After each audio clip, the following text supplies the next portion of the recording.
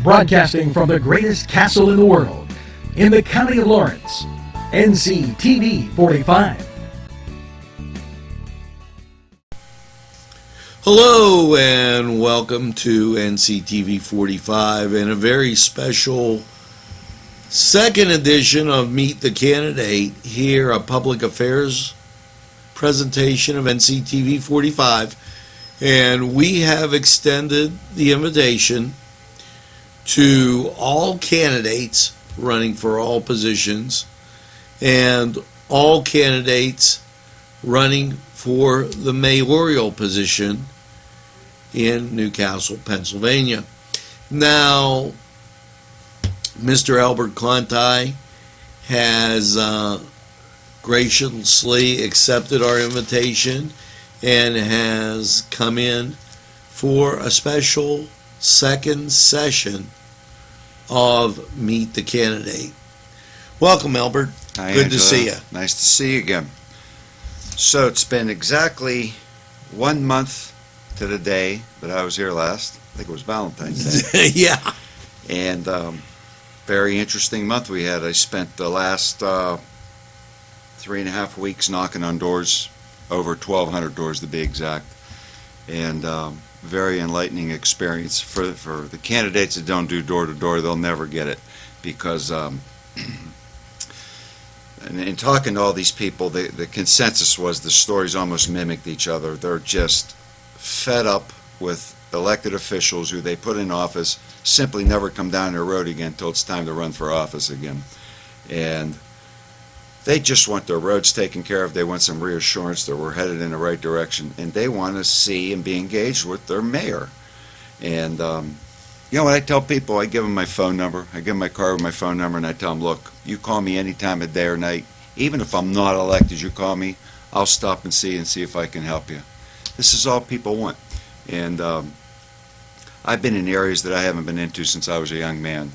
And it's very disheartening and saddening to see what happened to some of these areas I used to run around in. And we're going to get some serious change here. We're going to do it, and we're going to work very hard to get through this primary and general election. And I just like I said in my opening ad, you won't have to come see me. I'll come see you. I fully intend on knocking on doors the rest of the way through the primary and general, and even after I'm elected mayor.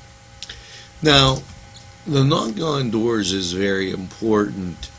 During your course of doing that, and you've heard from a lot of people, you know, one of the things that since we have moved, and NCTV45 is a small business located inside the city of Newcastle, one of the things we hear about and people ask about is community building.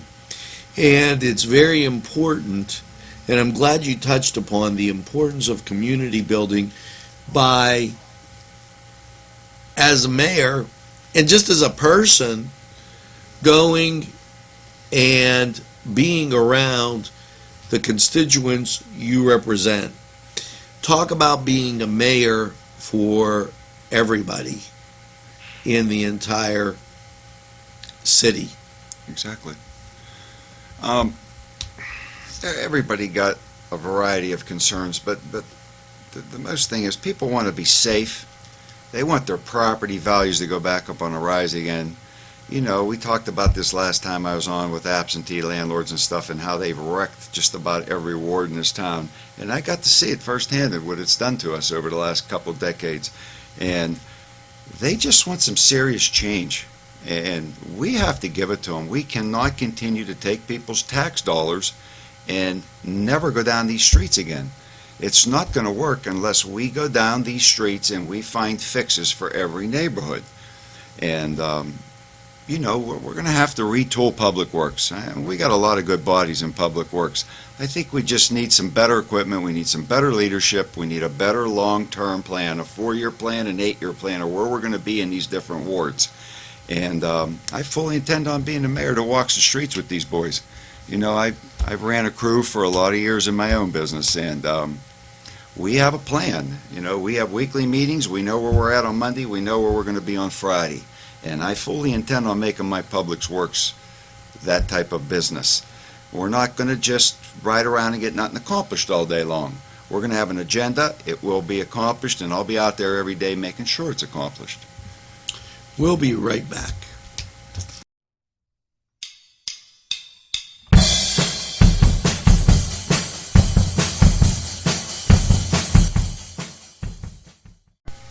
Welcome back to Meet the Candidate, and we're with Albert Conti. And Albert was explaining to us his journey through the neighborhoods and knocking on doors and visiting those neighborhoods that he knew from the past. Albert, could you tell us a little bit about code and the whole, and I'm going to leave it kind of open, scenario around code and around our neighborhoods on making things correct? Well, first of all, we got a very good code department. I have all the faith and confidence in Pat McGuire and Anthony Chaffee, and if you saw what I saw the last 3 weeks running around these neighborhoods, you can appreciate the task that these guys have at hand every day. And I'm in that building. I go up and visit these guys. They got a full plate.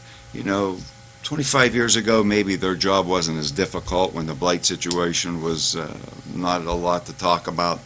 But these fellows have a full dish every day with what happened in this community over the last 2 decades. And being someone who's taken code official courses, I fully intend on being involved in their department. Although these guys can handle it, but I just think we need to tighten up some areas where we can be more stringent on, and I'm going to pick on it again, absentee landlords. These folks need to be dealt with. They've had their way for the last 10 plus years, and the direct result of our blight, I'm going to put 75% of it on absentee landlords when it comes to residences. Now, I'm not so sure we could pick on them for all the building structure problems we have in a commercial world, but as far as destroying residential streets, I'm going to attribute 75% of that problem to absentee landlords, and we're going to deal with these people, and we're going to deal with them very, very early on in my administration. And this is why I said last time, we need to get council to enact a property bond ordinance where these folks have to issue the city a bond. And you're going to be given a criteria package, and we're going to hold you. We're going to give you a time frame to make that house look like that package. And if you can't do it, we'll do it for you when we pull your bond. I can promise you that. And I'm not going to watch people's hard-earned dollars continue to just get thrown away because somebody, 1 or 2 people on that street aren't living up to their responsibilities while everybody else is putting money into their house. But again, Anthony Chaffee and Pat McGuire are doing an amazing job, and I have a lot of confidence in them, and I look forward to working with those guys. The other day, I was riding through a residential area on the east side of the city, and here comes a tractor-trailer truck. Mm-hmm. No delivery. They were just cutting across to Washington Street. What can we do with making our ordinances about where these trucks should be able to travel? Now, if somebody's making a delivery to one of the downtown businesses, you're going to expect to see a tractor-trailer truck going to the pizza shop right down the street or one of the other places. But there's no reason they should be driving on our residential areas. First of all, if these companies that do deliveries know that there's a large truck route that they're allowed to be on and a small truck route, they won't be taking that tractor-trailer on the small truck route for fear that they will get cited. So I think again, you're going to need to create an ordinance. You're going to need to create large truck routes on the perimeter of the city. And smaller delivery trucks should be within the city limits, because I see it every day. They jump every curb, and they just can't take a 53-foot truck and go from East Washington to Mill Street without driving across the sidewalks. So that would be council. Again, we'd have to work with council to establish larger truck routes on the perimeter of town, and keep the smaller delivery trucks within the inner city limits. Thank you very much. We'll be right back.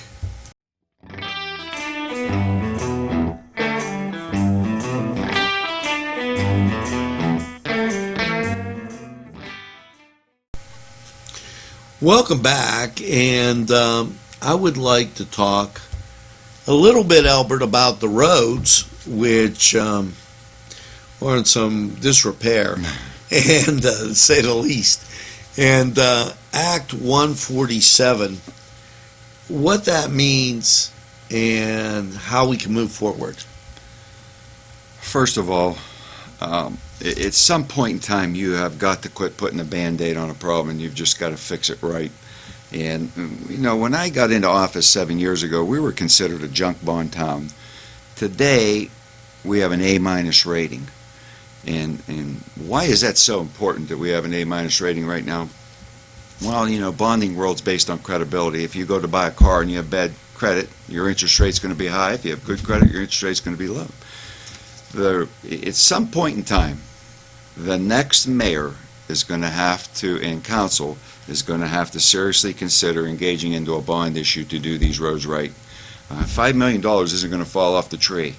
And if we come out of Act 47 and we don't seriously look at home rule charter, not only do we not have the $5 million to do all these roads right, but we're going to lose in excess of another $3 million when we lose the commuter tax. So you'll never see a new road in this town unless you sit down and engage into a bond issue. That A- rating is very important to us right now.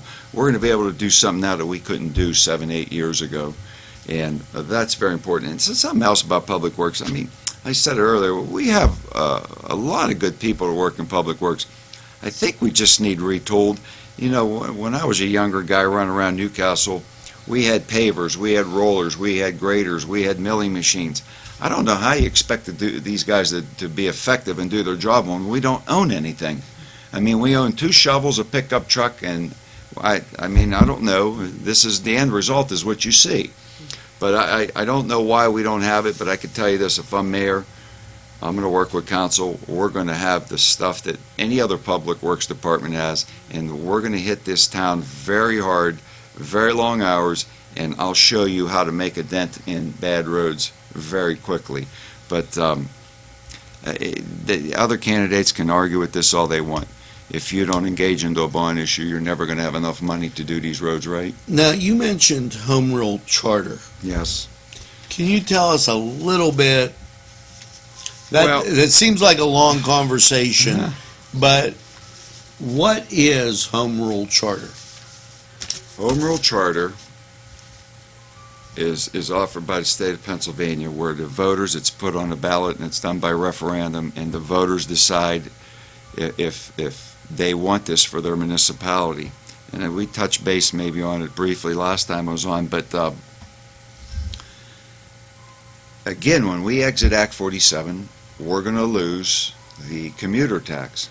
The only way you're going to get it back, if you're in home rule charter, it gives you the ability to govern your municipality to suit your own individual needs, which means the state laws right now, they impose significant limitations on how much you can tax someone, and they set the ceilings on the tax rates. Having home rule charter makes it so we don't have to listen to what the state tells us to do. And we talked about this before. You can't continue to offer services for free. No business can do that. And if you want good roads, and you want your buildings torn down and need torn down, you want new businesses brought into this town, you can't continue to lose money and accomplish those goals.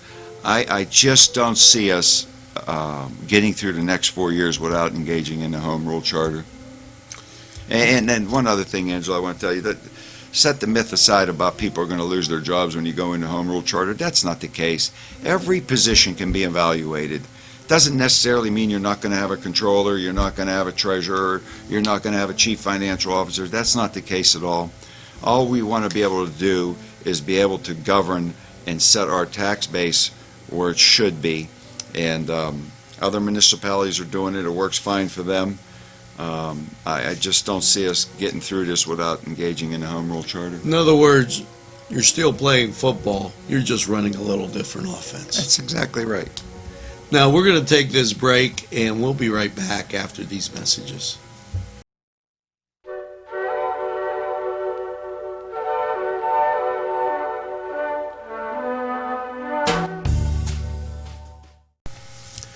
Welcome back, and we're talking with mayoral candidate Albert Conti. And Albert, we were discussing Act 147, and if there's any further things you'd like to say about that, or any additional things. One little thing I forgot to talk about before we left that last segment is the Act 199 law that was signed in by Governor Corbett in 2014. You know, I said that I think we should strongly look at home rule charter.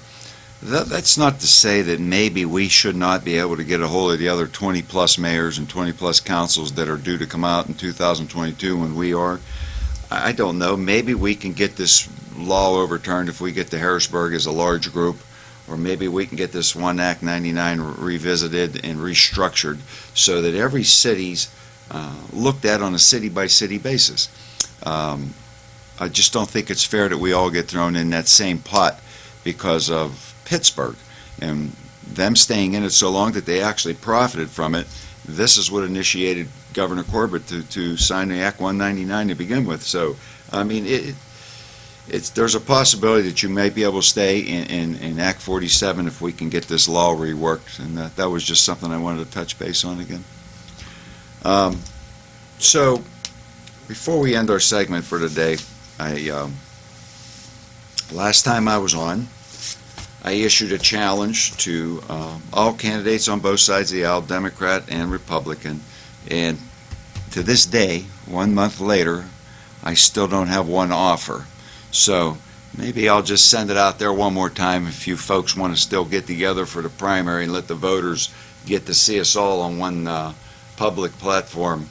My campaign's still willing to pay for the airtime, and I'll even rent the structure for us to be in, so we can all let the voters know what our platform is, let our voters know our vision, and why you think you should be the next mayor.